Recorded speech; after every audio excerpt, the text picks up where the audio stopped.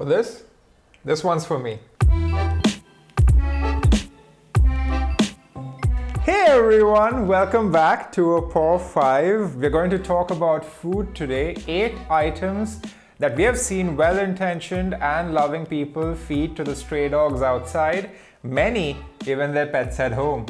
But is it safe or healthy for your dogs to consume these foods? Watch this video until the very end to know why we avoid feeding these items to our dogs, our 5 dogs, and even the stray dogs outside. We want this to be an educational experience, so we're going to explain why we avoid these food items, and we're also going to share healthier alternatives in case you're looking to make that switch.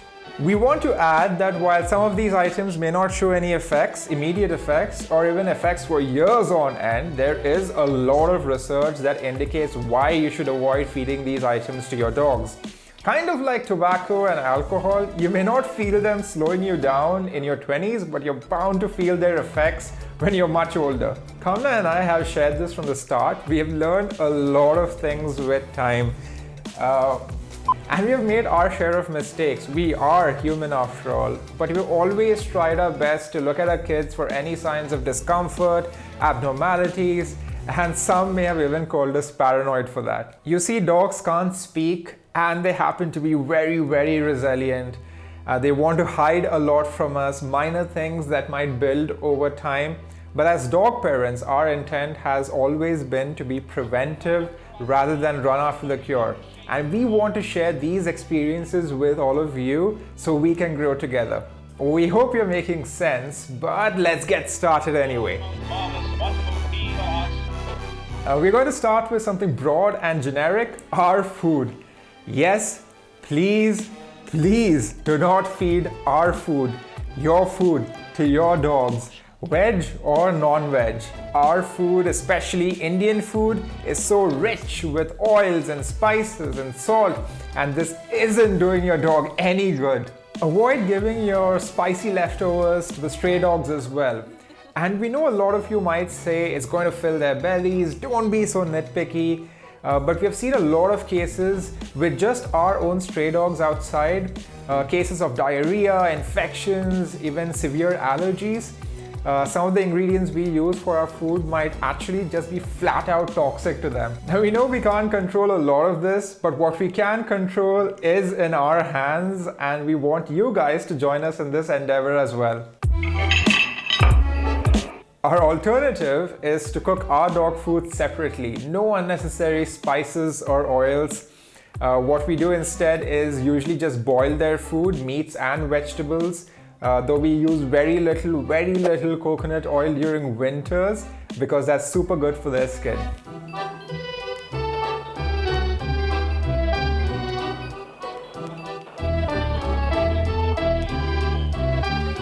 We usually work around a combination of rice, boiled chicken, fish, mutton, meat and vegetable broths, vegetables such as carrots, sweet potatoes, beans, etc. for our homemade dog food.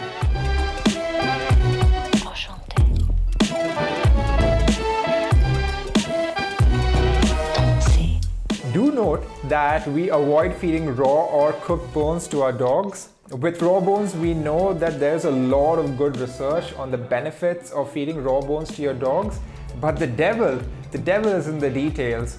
Because when it comes to raw bones, you need to keep in mind the size in proportion to the size of your dog's head, and that's really just complicated sometimes. We just avoid it altogether.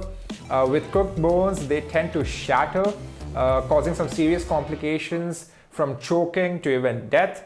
What we do instead is that we pressure cook the bones until they are soft enough to be turned into a paste, and that's what we feed our dogs. Do leave a comment down below if you would like to know how we make our bone paste though.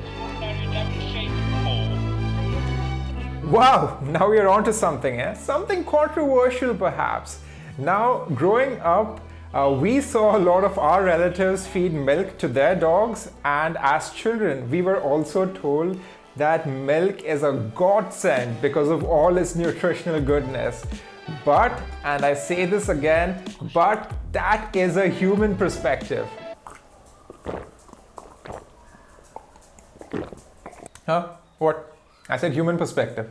Anyway, milk of all dairy products has the highest amount of lactose. And to digest lactose, our body needs an enzyme called lactase. When puppies wean from their mother's milk, their bodies stop producing this enzyme. This is why dogs have a lot of difficulty digesting milk as they grow older. Now, milk can cause an upset GI, which leads to anything between vomiting to diarrhea, flatulence, abdominal pain and distress. We know this condition in humans to be lactose intolerance. Just adding a bit of science here for some context. Milk is also high in natural sugars and fats, and that comes with its own set of problems like obesity and even something as severe as pancreatitis. But you don't need to remove dairy from their diet entirely. In fact, plain yogurt or dahi is actually good for your dogs. They are low in lactose. Cottage cheese as well. These are safer and more nutritious options for your dogs. But we would still recommend that you observe your dogs to understand the extent of their intolerance. To add to the alternatives, you can consider fishes like tuna and salmon as well. They are rich in calcium for your dogs. You can obviously also consult with your vet to understand if your dog needs calcium supplements as well. Claro. Items such as atta and maida have gluten in them, and they tend to cause issues like ear infections, skin allergies, and even diarrhea in dogs. Now, we learned this the hard way because, to be honest, we included rotis in their diet for our first 2 years as dog parents, and we started to notice issues like itching and dry skin. Now, this bothered us a lot, and that's because we always made sure to maintain their personal hygiene. I'm obsessed with it actually. But after talking to a few vets and doing our own research, we realized that the issue was actually in the flours we used. The rotis that we were feeding our dogs, that was what was causing the problem. For complex carbohydrates, we started feeding our dogs rice as an alternative to rotis. Now we bake a lot of cakes for our dogs as well, healthy cakes, but we make sure that they are gluten-free as well. We use flours like almond flour, rice flour, coconut flour, and in fact we even have a video on a healthy red velvet cake recipe for dogs on YouTube. You should check that out if you haven't already. In fact, these flours are easily available online and some even at your local grocery stores. Now, any member of the Allium family like onions, garlic, leeks and chives contain N-propyl disulfide. And Kamna, I think the script has gotten too sciencey. We should probably change it. No, I'm not changing the script now. N-propyl disulfide actually affects the hemoglobin in dogs, causing issues like anemia, red or brown urine as well. In severe cases of anemia, what might happen is internal organ damage, organ failure, or even death. Your dog may also experience gastrointestinal irritation, breathing problems, vomiting, and even weakness.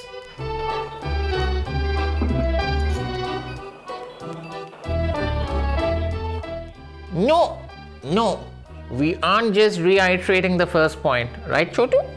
Yeah. Now let me explain. We can perfectly understand if you're someone who loves to cook. Kamna's like that as well. And you might have that inherent instinct to add those rich aromas and colors to your dog's food as well. But even common spices like chili, dhania and garam masala powder are things we avoid including in our dog's diet. Salt as well. Any condiment for that matter. And that's what makes such a healthy face.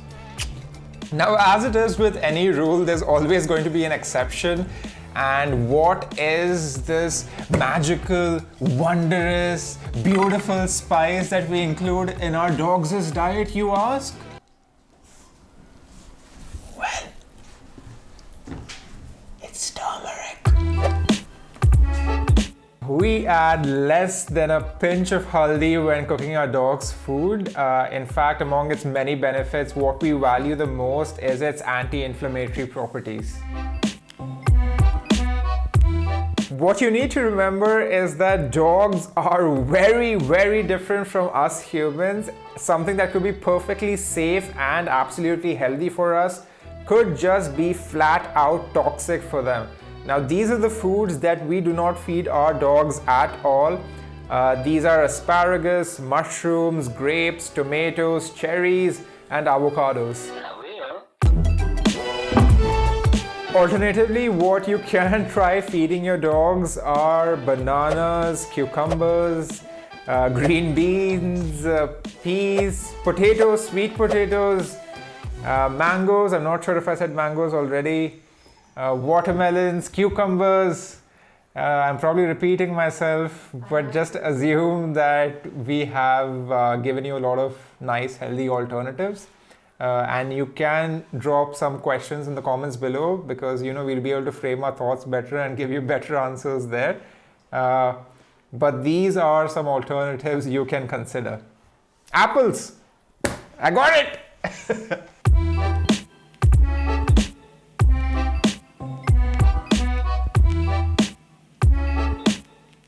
But please do your own research when it comes to the feeding instructions of these fruits and vegetables. Mangoes, for example, are an excellent treat. They are not meals. They need to be fed in moderation, but you can get a lot of value in obedience training using them as a good source of treats. Oranges, on the other hand, needs to be peeled, de-skinned, de-seeded. In fact, the only thing that you can actually feed from the orange is the pulp of the orange. Watermelons, it goes without saying, it needs to be de-seeded before you feed them to your dogs. Now, the next item on our list is something we feel people feed more out of convenience because they're readily available in the market and most often to stray dogs. None of these packaged food items are actually any good for dogs. Whatever they are made of, from the flours, the salt, the sugars, they're all just flat out unhealthy for dogs. A simple alternative would be to feed these dogs paneer or curd. They're conveniently packaged and are readily available in the market. If you're willing to go the extra mile though, you could consider economical options in kibble or other forms of dog food. Another great option for easy feeding is boiled eggs, and they happen to be super economical as well.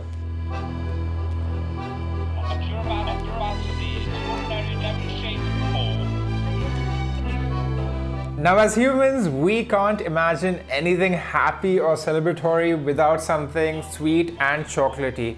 But these things tend to be extremely toxic, harmful, and even fatal for dogs. Now, the thing with chocolate is that it contains this compound called theobromine and even caffeine.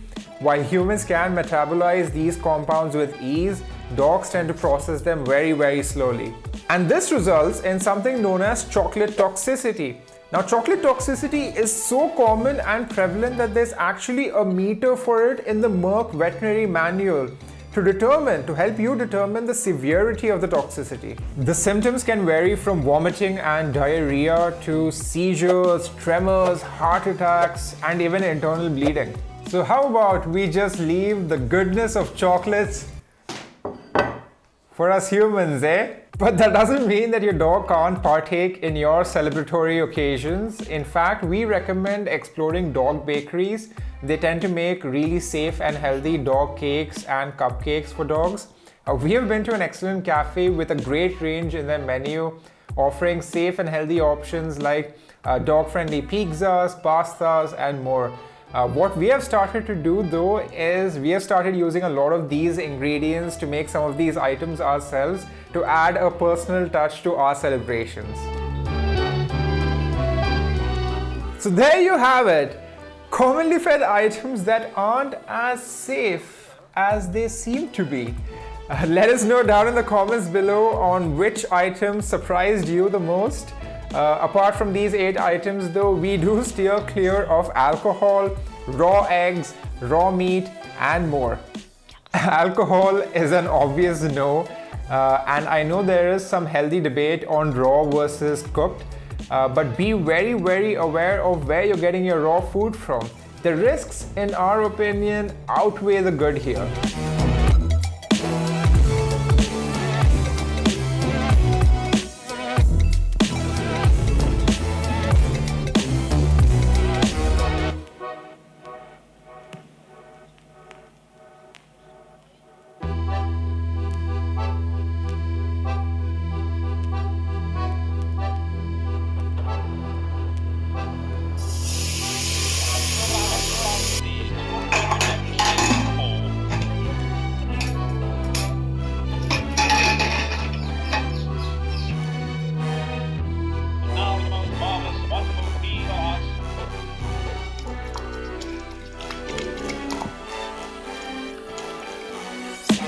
There we go, and that brings us to the end of this video.